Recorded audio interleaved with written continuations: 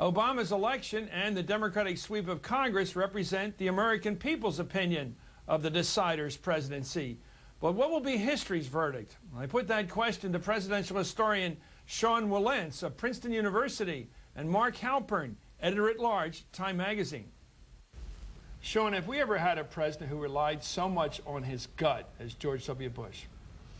I don't think so. I can't think of one right away. One who took decisions and stuck by them. That's the key, I think. It's not so much the instantaneousness of making decisions. I don't even think that Bush worked that way. But I don't think we've had as stubborn a president, certainly not in recent times. One who was unwilling to change his mind, to change course.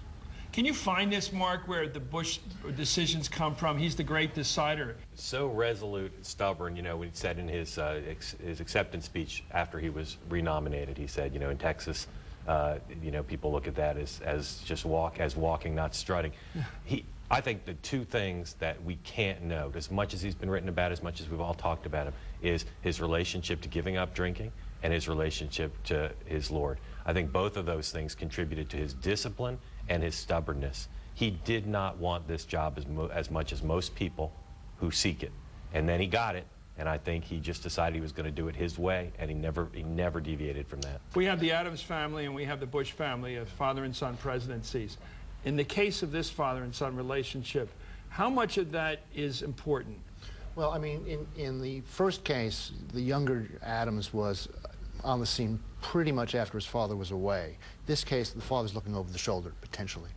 And that has been a factor, I think, in the presidency. I don't know any president that's had that kind of, you know, a father president looking over your shoulder. Nothing like that. I always like to ask politicians or about them, who's in the room when they make their big decisions. The number of voices that were in that room were pretty small, the ones that really counted. You hear accounts, you read accounts even about cabinet meetings, and there were 2 or 3 people in the room who really counted, and everybody else there was kind of a, you know, stuffed dummy, and they were there, and that was the end of it. Yeah. So it was Cheney? And, well, and Cheney's people, I mean, you know, Scooter Libby and the others, and Addington and the others. Condi Rice was important up to a point on foreign policy. Did she challenge the president or just back him up? Was she an enabler? From where I was sitting, she looked more like an enabler than an advisor. Rate him as commander-in-chief. I do think he deserves high marks for his public presentations after a rocky start in the first few hours, the joint session speech at Ground Zero, a number of other times when you can't be sure of it, but I'm confident that he performed there very well, and other presidents may not have performed as well. I also think he gets high marks for what we didn't see as commander-in-chief. Not just the fact that there has not been another attack, but we know that he has spent an extraordinary amount of time and psychic energy in organizing Homeland Security, in dealing with threats around the world. Again, sometimes I think clearly overstepping and hurting America's image in the world. Let's shift to a couple of interesting areas. One is politics. Mark, you know politics.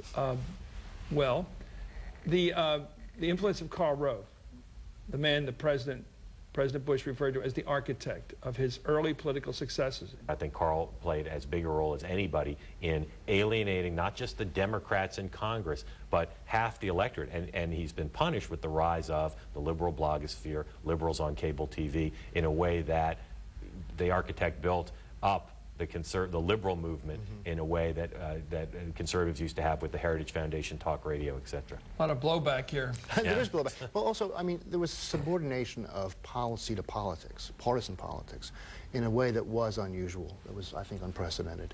I mean, you saw that even with the war. I mean, not too long after that wonderful speech of Bush's before the joint session, there was Karl Rove talking to the Republicans saying, we're gonna run on this issue. We're gonna make this a political issue. And that was just exactly the wrong thing to do, I think. In the case of war, a good war president, a good commander-in-chief, pulls together, reaches across the aisle, doesn't politicize the war. This war got politicized right away. Is George Bush a tough act to follow? There are a lot of big problems out there, and some of which were of George Bush's creation, some of which were not. And I don't envy President Obama one bit, having, in effect, the Great Depression and World War II placed on his plate at the same time. So a tough act to follow in some ways.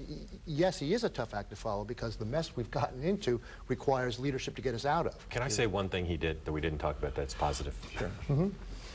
I think he has an achievement that is more from the bully pulpit than it is programmatic. But if you look at No Child Left Behind, and if you look at AIDS in Africa, and some of the other initiatives, I think he did one thing he really believes in, which is he elevated in the public imagination, the public sensibility, the notion of every life being precious, every spirit being important.